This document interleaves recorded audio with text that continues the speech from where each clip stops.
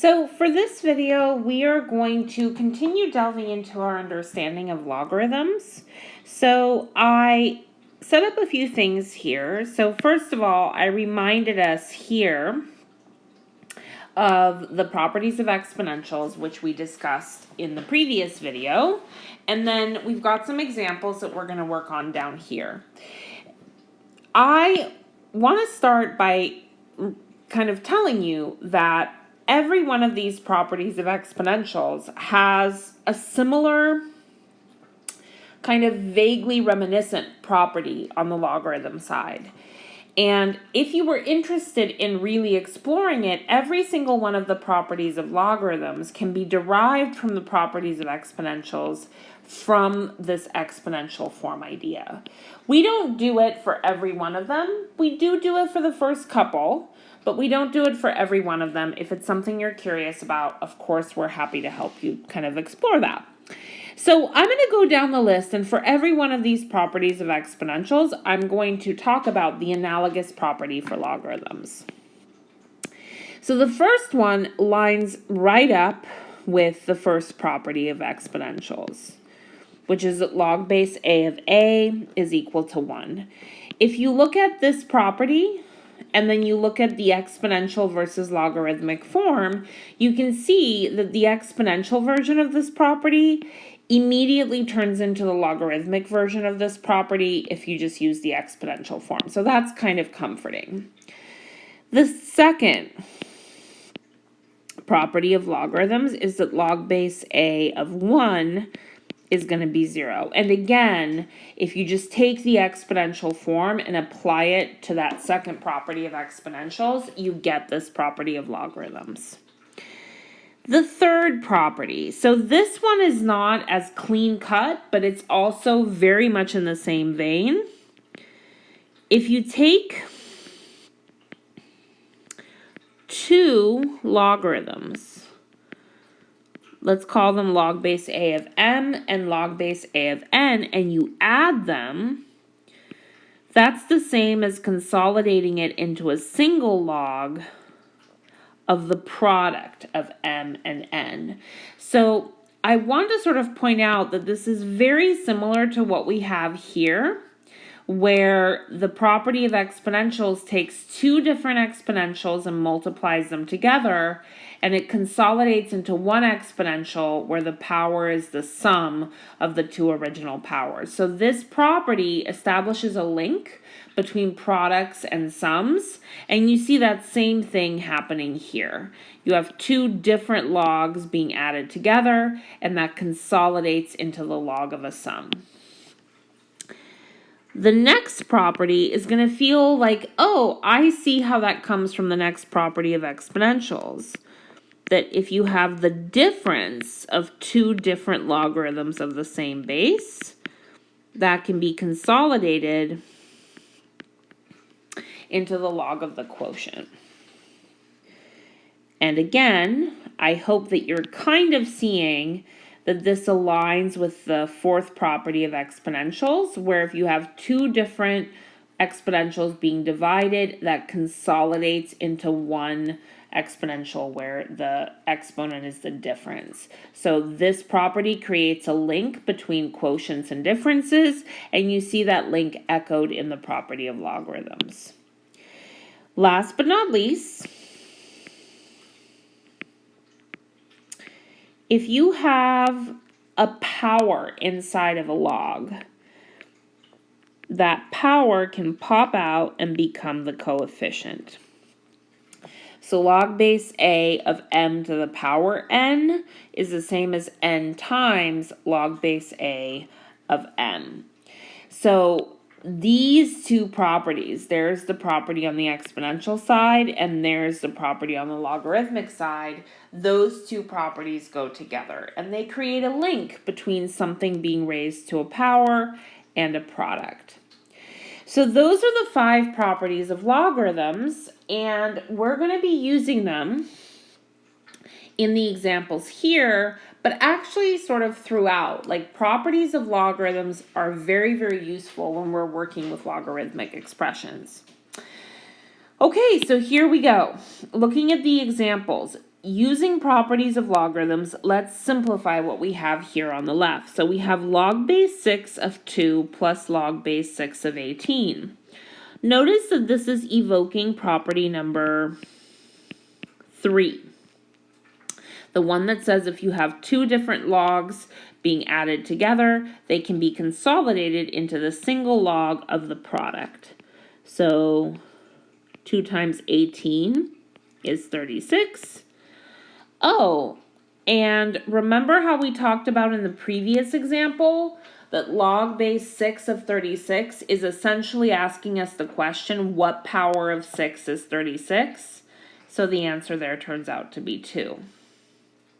All right, so for the next one, let me actually erase some of this here. For the next example, same idea, but this time we're evoking property number 4. Okay. So here we have two different logs being subtracted, and that can be consolidated into the single log of the quotient. So log base 5 of 50 divided by 10, and of course 50 divided by 10 is 5. And believe it or not, this actually evokes another property of logarithms, which is property number 1. Log base 5 of 5 is 1. So before we move on to the next example, I just want to point out, looking at the two examples we just worked through, log base 6 of 2 is an irrational number. Log base 6 of 18 is an irrational number. However, when the two of them are added together, a whole number comes out. By that same token, log base 5 of 5 is irrational. There isn't a whole number, a rational number that is a power of 5 that you get 50. By that same token, there isn't a whole number or rational number power of 5 that gets you 10. However, by the properties of logarithms, when you subtract them, you get 1. Moving on, so in the next two examples, in the next example here, number 3, we've got several properties happening at once. So I'm actually going to treat them sort of one at a time. So here we have property number 5. We have 2 log base 3 of 6. So the 2 can come in as a power. 6 squared is 36. And now we have minus log base 3 of 8 plus log base 3 of 2. So the subtraction is property number 4. So that subtraction of 2 logs is going to consolidate into the single log of the quotient.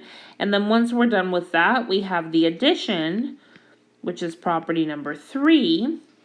So once we've divided, we're then going to multiply by 2. So look what we have. We have log base 3 of 36 divided by 8 times 2.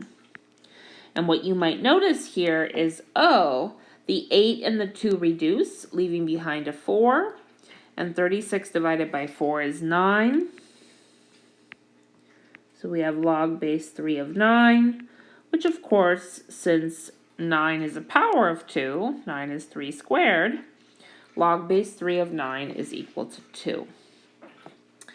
So what's been kind of fun about these 3 examples is that in all 3 of them, we took numbers that were absolutely irrational. Whether it was log base 3 of 8, or log base 6 of 2, or log base 5 of 10. Those are irrational numbers. But properties of logarithms allowed us to combine them with other logarithms that in the end created a totally rational, in fact, a whole value. The last 2 examples look at the possibility where the logs are not numeric. They're not being applied to just numerical values. They're being applied to algebraic expressions. And so we have 2 examples here. In the first example, we're talking about taking a larger logarithmic expression and splitting it up into simplest possible logarithms. And then the last one, which I'll write down once we get to it, is taking several logs being added together or combined together in some way and consolidating into one log. So for the first one, I want to sort of get the properties identified. So we have a product, which is property number 3, and we have a power, which is property number 5. When you go to split them up, the only thing that matters is, does the power apply to the entire thing? Since the power only applies to the x, we're actually going to deal with the product first. And as you can see in the property number 3 that involves the product, if you have the log of a product, that can split up into the log of the first thing plus the log of the second thing. So this comes out to be log base 3 of x squared plus log base 3 of x minus 5. And now that we've got them split up, we can apply property number 5 here. And so this becomes 2 log base 3 of x plus log base 3 of x minus 5. Okay? All right, so that was the act of taking the log of a single fairly complex expression and breaking it up into the simplest possible logs. So for our very last example, let's say that we had 3 log of x minus 2 minus the log of x plus 2 log of x plus 5.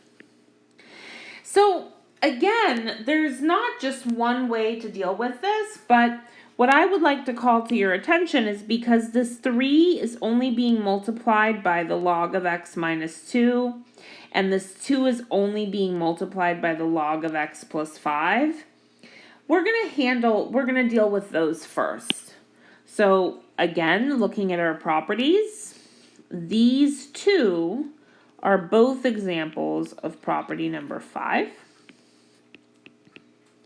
And then once we deal with those, we have a subtraction here, which is property number 4. And then we have an addition here, which is property number 3. Okay, so here we go. So we have the log of x minus 2 cubed minus the log of x plus the log of x plus 5 squared. Now remember, the subtraction consolidates the two logs being subtracted into a single log of a quotient. So we have the log of x minus 2 cubed over x. And then the plus consolidates that into the product. So we can say here times x plus 5 squared. But that's kind of convoluted. That's a lot going on there. So we're actually going to say, since x minus 2 cubed over x is being multiplied by x plus 5 squared, we can put the x minus 2 cubed and the x plus 5 squared on top, and then over x on the bottom. So properties of logarithms allow us to do either, depending on what's more convenient, take one complicated log and break it up into simpler logarithmic expressions, or take a combination of many simple logarithmic expressions and sort of swoop them up into one. Now, one thing you might be asking as we're getting ready to close out this video is, wait a minute, how come you didn't include a base in this last example? You just wrote 3 log of x minus 2 minus log x. What's that all about? Did you leave off the base? So no, I did not leave off the base, but that's where we'll segue into our next video, in which we talk about using this relationship between logs and exponentials, using properties of logarithms to actually solve equations. And we'll be introducing what are called common logs there, and that's where this whole notion of log without a base will be explained. See you soon. Bye.